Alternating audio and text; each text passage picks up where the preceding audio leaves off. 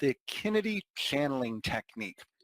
And it's basically just like a trend line technique I developed to help me answer a very important question. And it basically originated from a question. For example, if you're working an advance, and we'll just call this 5 waves up, and then we have our 3-wave decline, and then we have another 5-wave move up, okay, here. Now, there's 2 wave counts, 2 applicable wave counts from an Elliott wave perspective, which are applicable at that stage of the game, because it's a 5-3-5 pattern. And that could be waves 1, 2, and then another wave 1 here. That's totally applicable. Or it could be this. It could be just a straightforward zigzag where you have waves A and B, and then wave C. So on one hand, this formation is very bullish. You know, the 1-2-1, you know, see a small pullback and then you just go to the moon. On another interpretation, this is A, B, C up and done, and you're going to see a massive sell-off. And I always kind of struggled with this. Certainly if you have say a subconscious or a conscious bias, it can skew your analysis or what you would go to. And so ultimately I developed the Kennedy channeling technique in an attempt to help me actually aid in answering this question, because what I've observed is that price action, which is contained within parallel lines, more often than not, is going to be a counter trend move. So at this stage of the game, the most appropriate interpretation is actually ABC. Now, if this advance begins to substantially move above what I call the upper boundary line of the base channel, then the most appropriate labeling is going to be 1, 2, 3. So let me go ahead and get started. I just wanted to kind of, give you a little history on how and why I actually developed the actual technique. Now, what we have here is what I just simply refer to as a standard corrective price channel. It's a 3-wave move. 3-wave moves, again, more often than not always, as I mentioned earlier in the week in one of my commentaries, absolutes and financial markets, they don't seem to mix well. I can always find an exception to the rule to whatever indicator, whatever seasonality trend. It doesn't matter. There are things which have a high degree of reliability, but as far as 100% reliability, day in, day out, week in, week out, year in, year out, that I have yet to encounter. So there will be exceptions to this. But again, more often than not, what I find is that counter trend price action tends to be contained by parallel lines, and I call the parallel lines my corrective price channel. Now, with that in mind, because this idea, this concept really is the cornerstone principle behind the KCT technique, the Kennedy channeling technique. If this is indeed the case, then price action, which is impulsive, is not contained by parallel lines. And that's the key, because a lot of times when you're looking at a price chart for the first time, what foot you begin your wave count, and when I say what foot, the initial question, because remember, the wave principle, it provides, of course, a context for market analysis, and it does so by classifying price action into 2 specific modalities. You've got motive waves and you've got corrective waves. Well, that initial decision, am I going to look at price action from, say, a motive wave perspective, or am I going to look at that price action from a corrective wave perspective? Those 2 questions, or that one question, can either lead you down the right path or it will lead you down the wrong path. And the farther you go down the wrong path, a lot of times the harder it is to turn around. So these are just 2 very important slides. I'll put them side by side here because, again, this is what I look at. This is one of the primary tools I use to identify wave patterns or trading opportunities with what we talk about in Trader's Classroom, or if many of you are, or some of you I know are subscribers to my sister service, Commodity Junctures, you know that I utilize this extensively in that service as well. Uh, there are some, say, nuances or things I would like to mention regarding the KCT technique that I get frequently. Oh, here's what it looks like in a bear market. So this technique, this KCT idea, it works in bull markets, it works in bear markets. It really doesn't matter. Again, and if it didn't work, I wouldn't be using it. And again, I've been using it for pushing what? This is 2019. Wow, almost 20 years now. So let me show you some nuances. And what I mean by the nuances is one question I get quite frequently is drawing the corrective price channel. Whenever we're drawing that corrective price channel, when the operative corrective structure is either a zigzag or a double zigzag, it's fairly easy to identify the corrective price channel. All you do, and let me just go ahead and redraw these lines so you kind of see me do it in fact, I got a bunch of charts which I do not have labeled, and I'm going to be walking you through showing you how I apply the technique. Start off by beginning with the origin of wave A, go to the extreme of wave B, simply take a parallel of that line, and then you'll drop it down to the wave A extreme, and then this will give us an idea of where support for wave C is likely to come in. Conversely, if we're working say a bear market rally or a zigzag to the upside, you start at wave A, go to the extreme of wave B, take a parallel off the wave A extreme, and again, I'll be looking for prices to reverse or tap out somewhere near the upper boundary line of the corrective price channel there. The operative structure here in this case would be zigzags, both of them. So again, drawing the corrective price channel when the operative pattern is a zigzag, quite easy. How do you draw the corrective price channel when the operative pattern is a flat or an expanded flat? This is one of the primary questions I get regarding the KCT technique and the idea or the concept that counter-trend price action is indeed contained within parallel lines. Well, you do this very carefully, but I'll show you how. You start off with the origin of wave A, and then you go to either the extreme of wave 2 of C, that's wave 2 of C, and then drop your parallel down. And then that lower boundary line, again, will ideally offer support for your wave C pullback.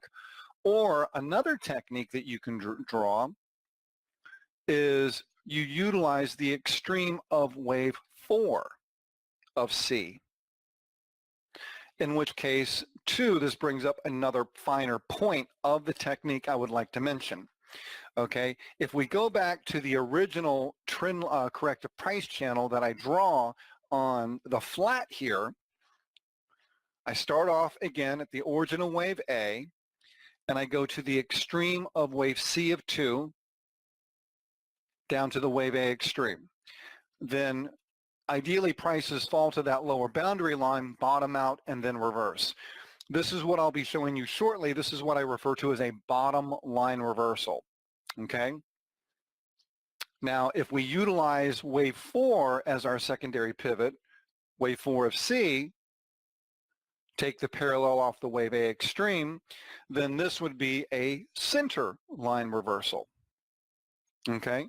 And also, too, don't be afraid to draw more than one line. So now you've got basically two trend lines drawn very strategically that ideally will identify, say, support for your market, and ideally a place to be looking for a potential or a possible reversal of trend. That's what this slide essentially shows. Again, this is a bottom line reversal right here over to the left. And this is what I refer to as a center line reversal right here.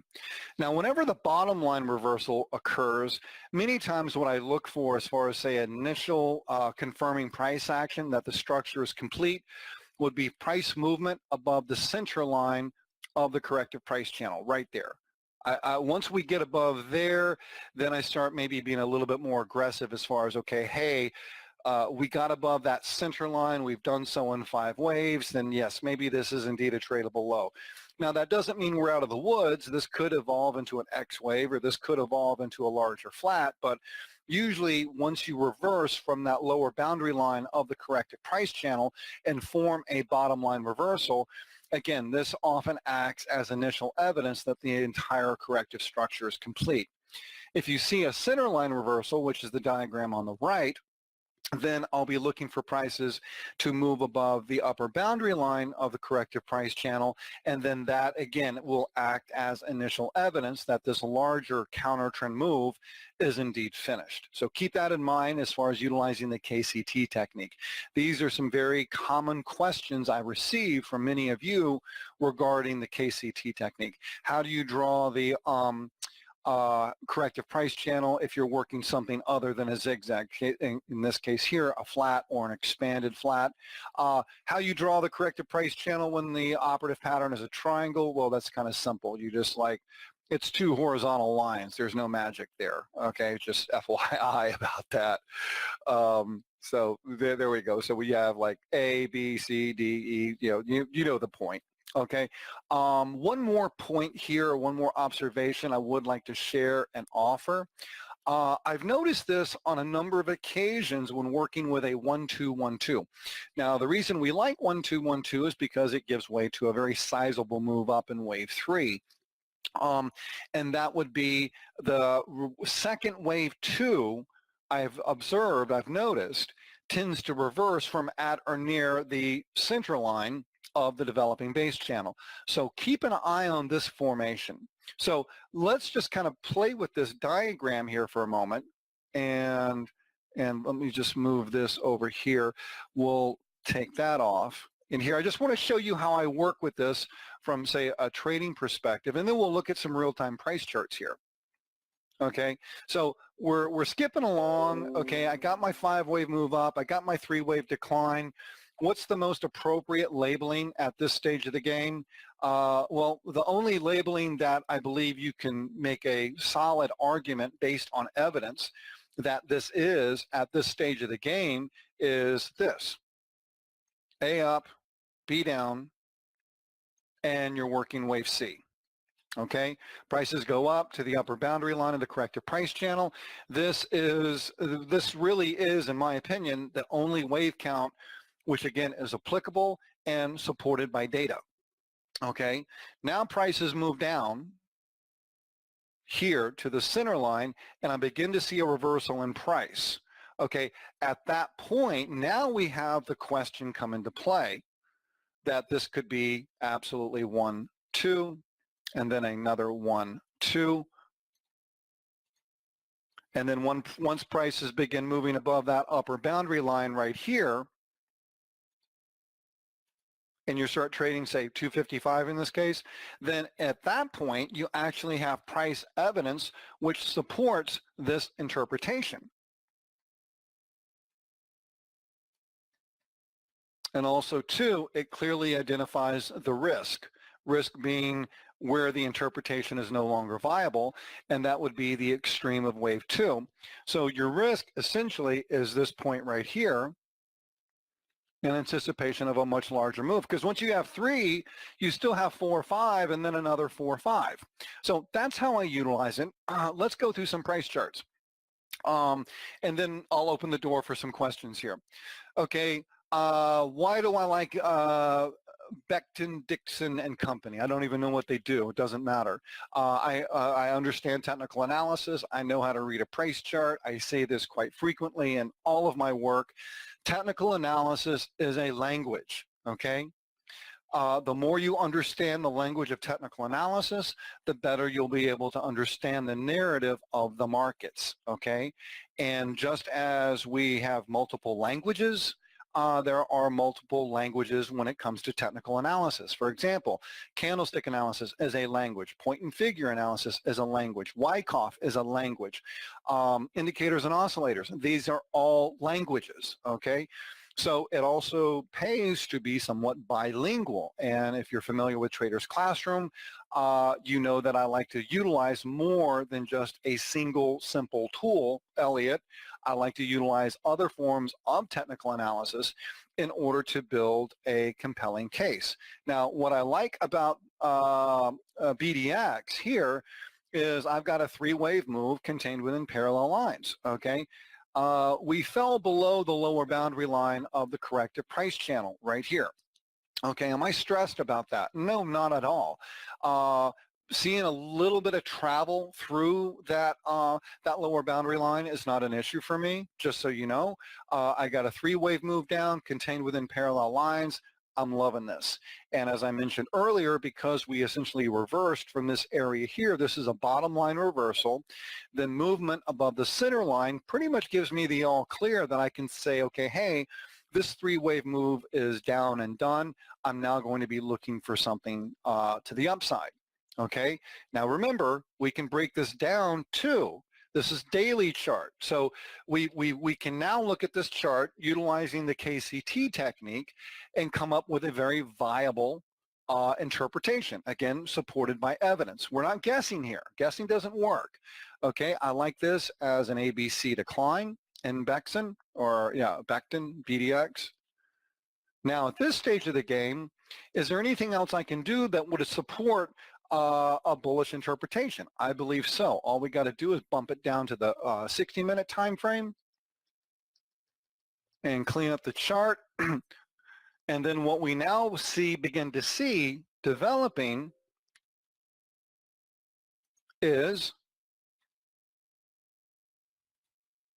penetration of the upper boundary line of the what was once a corrective price channel, but is now best identified as waves 1, 2, and 3. Why and how, or can we be confident that this is a wave 3 price move? Because the structure is no longer contained within parallel lines. Now, at this stage of the game, the most likely interpretation is that this is ABC, okay? Now, to get confirmation that your ABC is indeed up and done, what has to happen?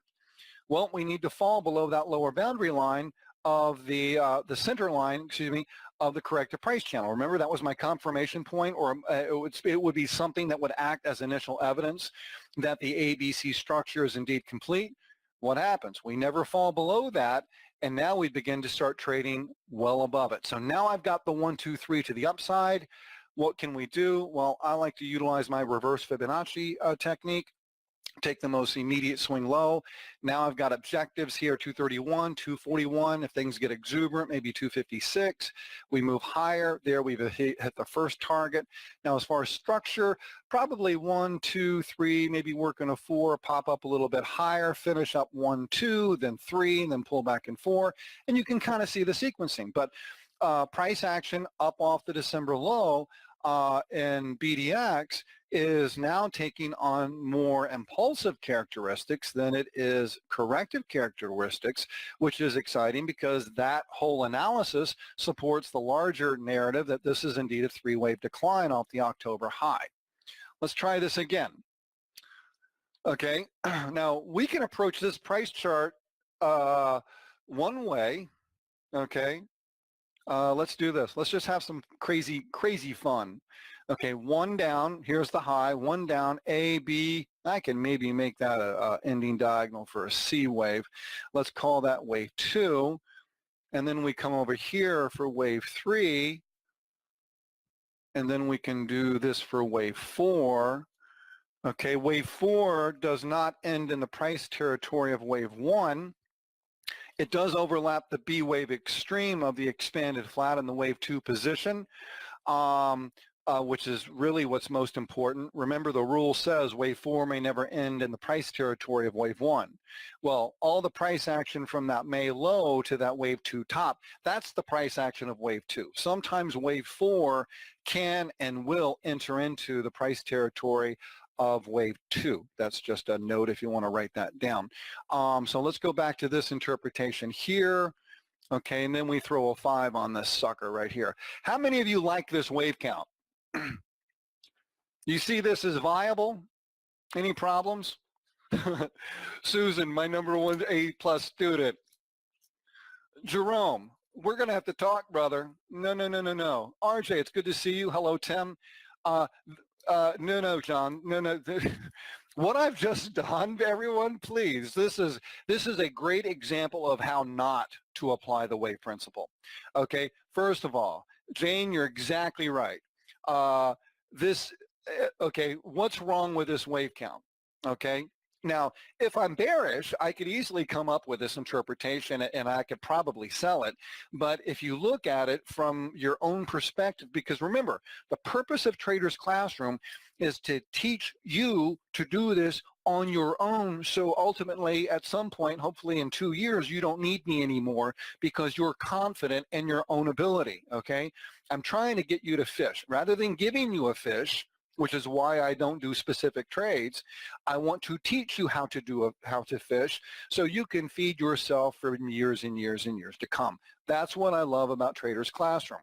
Okay, a couple of big blatant errors here. This move, wave 5 to the downside, it consists of 3 waves, okay? Don't like that. Also, 2, the proportion between wave 4 and wave 2 really out of whack. This is what I call a clown shoe wave count. Remember, proportion, the guideline of the right look is very, very important. Okay, so rather than get caught up in the details, why don't we just simply do this? Off the high to the extreme from the low, guess what? This is a counter trend price move. Okay, 1, 2, 3, A or W, A, B, C, X, and then A, B, C to the downside. I'm not really worried about that sell-off here, but this movement to the downside is much easier contained within parallel lines, more so than anything else. So I'm liking the idea that this is indeed a counter trend price move, and that subsequent price action is a developing impulse wave. That probably is a centerline reversal there off that extreme here. Have fun with the trend lines. Hey, if you're not having fun doing this, people, you're doing it wrong. Okay, so you got a little bit of a centerline reversal right here. That looks good. I'm liking the upside. I think this is a counter trend move because, again, it fits best within corrective, within parallel lines. Okay, we'll go off that. There we go. That's nice right there. Now, this is also worth mentioning. If there's any kind of play or throw over or throw under, like with this top portion right here, don't worry about it, because markets tend to seek balance, and often I see that whatever we exceed or whatever throw over occurs above the upper line here often will cap the bottom. So basically the distance here is equal to the distance here. Markets seek balance. Balance is what life is all about. The sun balances out the moon, women balance out men, cats and dogs living together in peace and harmony. Oh my God. VIPs. Okay, what do we have working here? What do you think this interpretation is with what we've, Ian, yeah, double zig, you got it. Okay, now we could play the game where this is A, B, C, X, A, B, C, and be bearish, but remember, if it's A, B, C, X, A, B, C, if there's one takeaway I want everybody to embrace today is that counter trend price action tends to be contained within parallel lines, because this over here, GD, General Dynamics. This looks like a WXY, an ABCX, ABC. But notice too, it's contained within parallel lines. The structure that we have developing in VIPs, this is so far appears to be demonstrating or exhibiting the characteristics of an impulsive structure. Remember what I said earlier about a 1-2-1-2?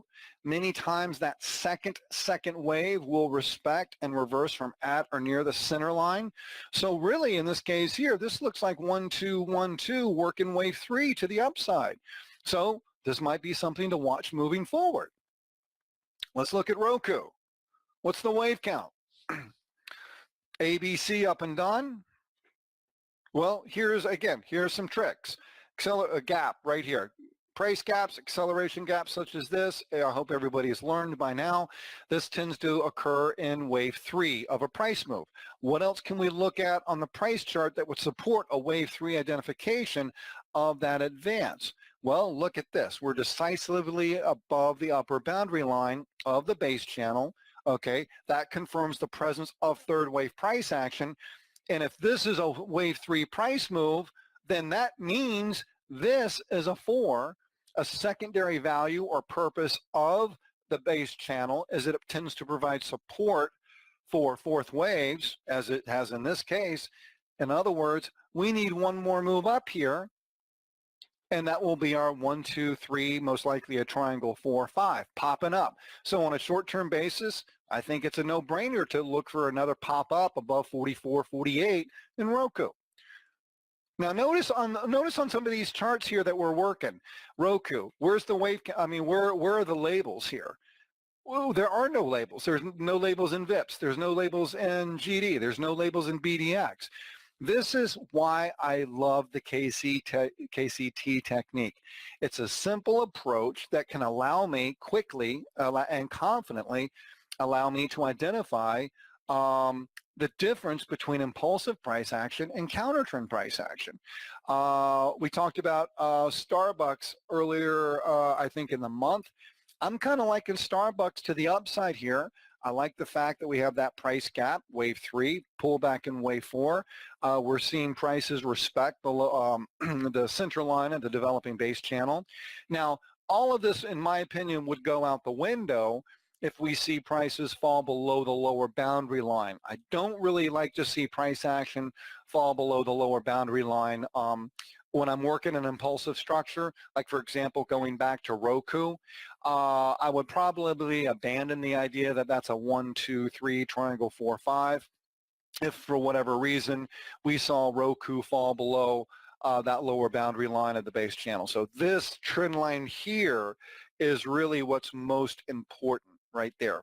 Okay, same thing with Starbucks. Now I like Starbucks. I'm liking it to the upside, but really, you know, it's anybody's guess really, because I believe later today or after the markets close, we've got earnings. I mean, if this is indeed correct, sometimes it is, sometimes it's not. I'm not sure when earnings come out on Starbucks, but if we can, I would probably say hold some of these prior swing lows here. I'm still looking a bit higher in Starbucks. And let's look at another more. Oh, WWE. This is one that we talked about the other day in Traders Classroom. Why do I like it? Why am I bearish WWE? Well, the move up is contained within parallel lines. If we can now get some good price action below the lower boundary line here, I think we got a lock. Same thing with the Medtronic. We talked about that the other day as well. This is the origin of wave A. Here's our ABC for A, ABC for B, 1, 2, 3. We've got a small truncation there in the wave 4 position. This works well for me. I don't have a problem identifying this certainly as a flat correction. It works out nice, no problems. So I'm now just going to be looking, oh, nice right there. So we have trend line support for the possible reversal in price. Now you can easily utilize this technique with anything else that you're doing with, say, for example, candlesticks. For example, if you're looking at this and you're tracking it utilizing KCT, which would ideally clarify the idea that this is indeed a flat correction, 3 down, 3 up, followed by a 5, then maybe look for, say, bullish divergence between these two extreme lows if you're utilizing, say, stochastic or MACD histogram.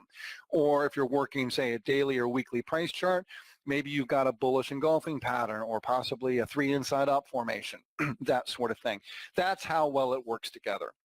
So any questions regarding, say, KCT at this point? I know I've got some videos out there that kind of get it a little bit more in depth, but it's one of those, again, as a tool, you're going to have to play with it and work with it, but I find it very useful. And otherwise, I would not have I would still not be utilizing it, essentially 20 years after the fact.